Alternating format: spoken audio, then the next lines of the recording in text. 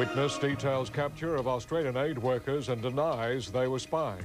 Sydney lashed by a fierce hailstorm, and Qantas to employ Thai nationals as cabin crew.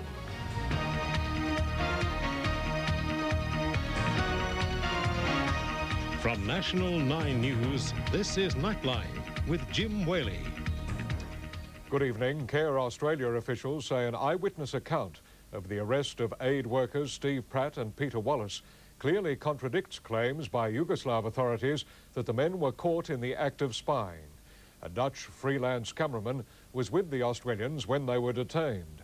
Care Australia chairman Malcolm Fraser says any information the men were carrying at the time would have been purely related to their humanitarian mission. Laurie Wilson has our report. Peter Groneveld was the last person to talk to Steve Pratt and Peter Wallace before they were taken into custody by Yugoslav authorities at Lipovac on the Croatian border a fortnight ago. Peter Wallace seems quite relaxed, and I asked him, can I do anything for you? Can I make a phone call on the other side of the border? And he said, no, everything is all right. The border police had interrogated the two men for 4 to 5 hours. In the beginning, Steve looked relaxed, but later on it became tension. Care Australia says the eyewitness account clearly contradicts claims by Yugoslavia's ambassador to the UN that the men had been caught red-handed. Despite the accusation that Stephen and Peter were caught in the act of espionage, they clearly were not. They were doing nothing more than crossing a border. Care's chairman, Malcolm Fraser, admits that two aid workers would have been carrying reports on such things as military roadblocks and troop movements, but insists there was nothing sinister about that. Just related to the business of providing supplies, fuel, food, medical supplies to the people in 600 different locations who were under our care. He said it was not the sort of information of interest to NATO. Despite assurances by Yugoslav authorities the men are being looked after, Mr. Fraser does have serious concerns for their well-being. If they've been under the intensive interrogation that I suspect, then that puts them under significant stress, significant mental pressure. The former Prime Minister is yet to hear whether he'll be allowed to visit Belgrade to plead for the men's release. Laurie Wilson reporting for Nightline. As the bombing goes on, so does the effort to find a diplomatic solution. Tonight, the German government has proposed a 24-hour ceasefire to allow President Slobodan Milosevic the chance to withdraw his troops from the rebel province. Meanwhile, bridges, fuel depots and communication centres continue to be hit. Slobodan Milosevic made a rare public appearance today, greeting the president of Belarus, Alexander Lukashenko, who's in Belgrade to discuss the Balkan crisis. Milosevic's movements during the NATO bombing have largely been kept secret, but Belarus, like Russia, has strongly opposed the NATO action, and the Yugoslavian president was determined to give his visitor an official welcome. Though shortly after these pictures were taken, air raid sirens sounded, and Belgrade was once again shaken by explosions. The diplomatic attempts to settle the conflict continue alongside the military campaign. Germany said today it has drafted a peace plan, which includes a 24-hour halt to the bombing to allow the withdrawal of Serbian troops from Kosovo. Although at today's Ministry of Defence briefing, Britain's Defence Secretary was not anticipating an early breakthrough. Our demands on the bottom line remain as they always are. What the Germans are doing is proposing a route map to get to where we are all agreed we must get to. It'll be discussed, no doubt, by the EU leaders who are meeting in Brussels tonight. Of more immediate concern to George Robertson is reliable information that the Serbian paramilitary leader known as Arkan is recruiting prisoners from Serbian jails to fight in Kosovo, and that the Bosnian Serb commander, General Ratko Mladic, is also heading a force in Kosovo. Mladic is widely blamed for the disappearance and slaughter of thousands of Muslim men in Srebrenica. Paul Davis reporting for Nightline. Yugoslavia has rejected NATO's expressions of remorse for the bombing of a train in which at least 10 civilians were killed. The Allied military commander has shown video from the attack to show what went wrong. Meanwhile, the cross-border attack by Serbs on Albanian villages has raised fears that Belgrade is trying to widen the conflict. Frightened Albanians huddled in shelters as Serbs attacked across the Kosovo border into Albania. They exchanged gunfire with Albanian soldiers and set fire to houses in the first attack outside Kosovo since the NATO bombing began.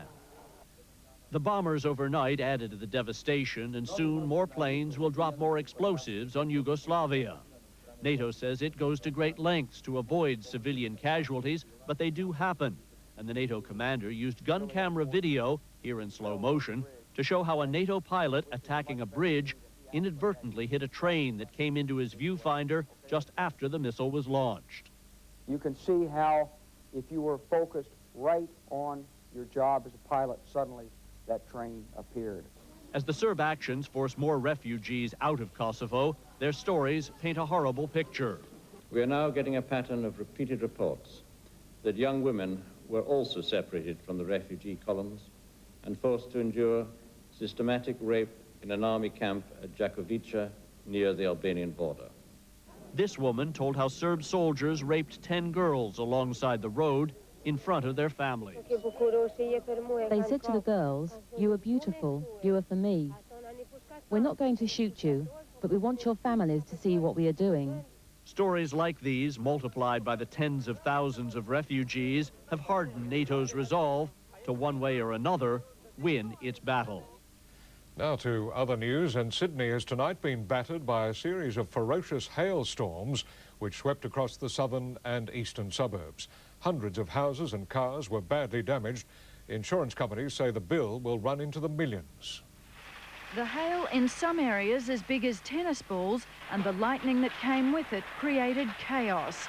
Just this roar, like it sounded like a plane, like a huge jet. And I was looking up thinking, what's the jet doing so low? All the cars just pulled off the road and everyone's just like freaking out.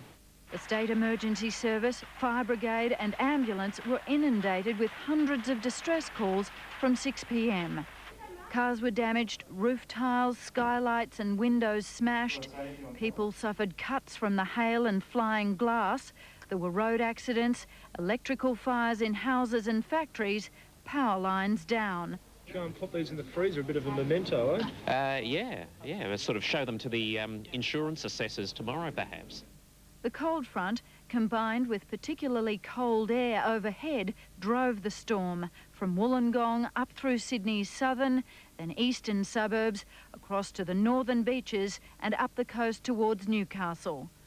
Motorists were stranded in a national park in the city's south as the storm lashed their cars.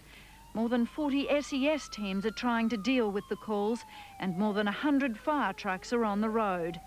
The Weather Bureau believes the storm will head out to sea in the next few hours, but the trail of damage it's left behind won't be so easily forgotten.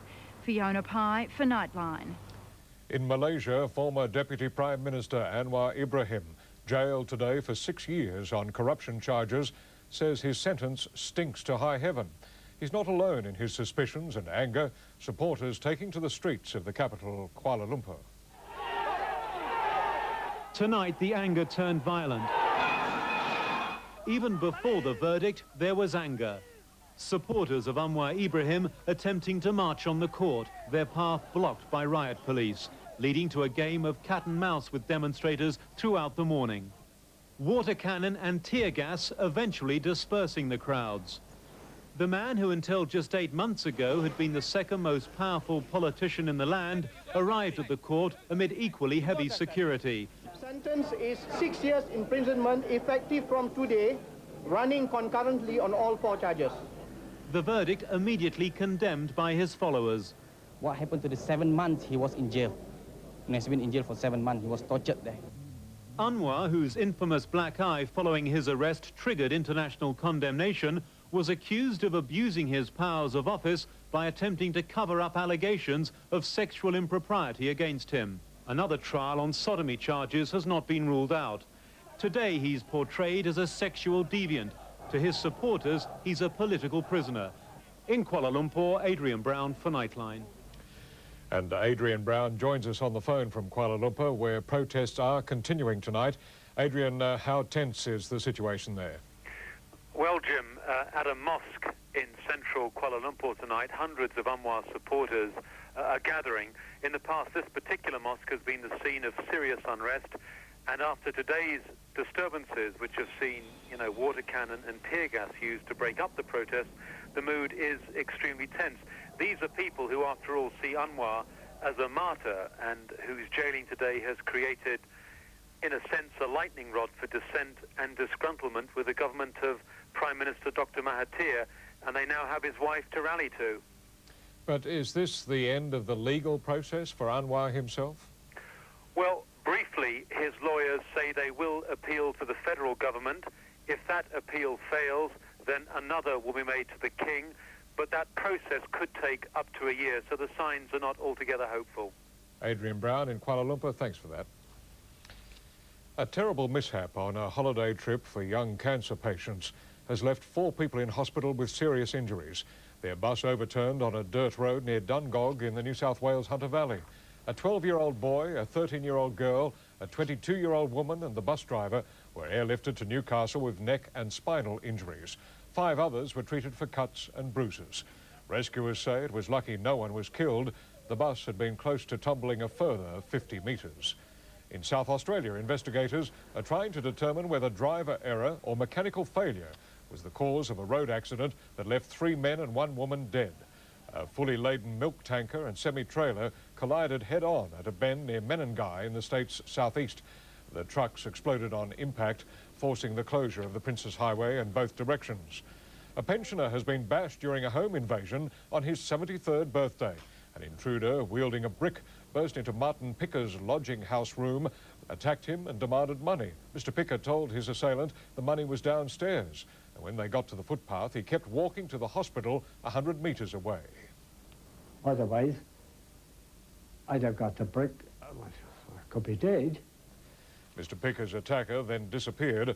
The police are searching for an Aboriginal man and woman in their early 20s. Qantas will soon be employing foreign flight attendants based overseas to staff some of its international routes. The airline says the move will improve efficiency and service for non-English speaking passengers, but unions say it will cost Australians future jobs.